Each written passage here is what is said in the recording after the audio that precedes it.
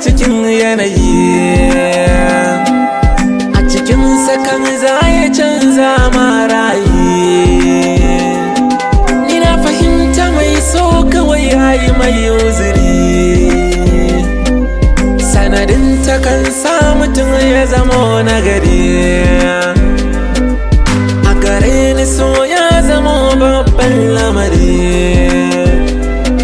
Taso muje tawa, ki zana nunawa, ki zo muje mu gaida umma, mu kyala duka masu gulma. A yanzu ni na zamo ke, gare ni babu wadda sai ke. Ki ce na bayyana duka zuciyata, ki adana rike ki mata gata. Na zama ya fage na so, a duniya ba kamar ya so.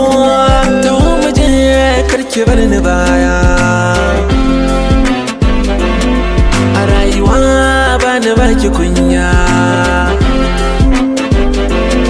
Da ni da ke mun zamo masoya,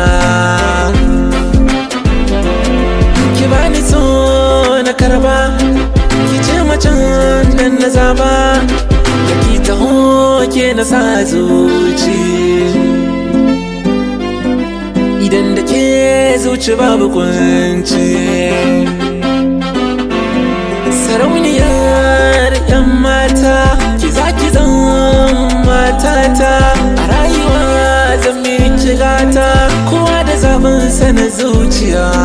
Ki zan kira da sarauniya, ki bani so ke na baiwa ƙauna.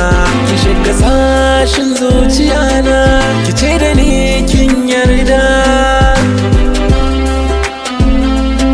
Ki bani kyautar huda,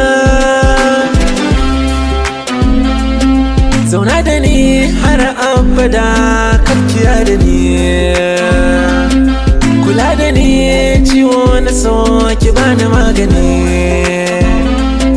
Zama da ke riba ne, gare ki ni ango ne. Na baki so ki rike amana, ki ce a birnin zuciya na.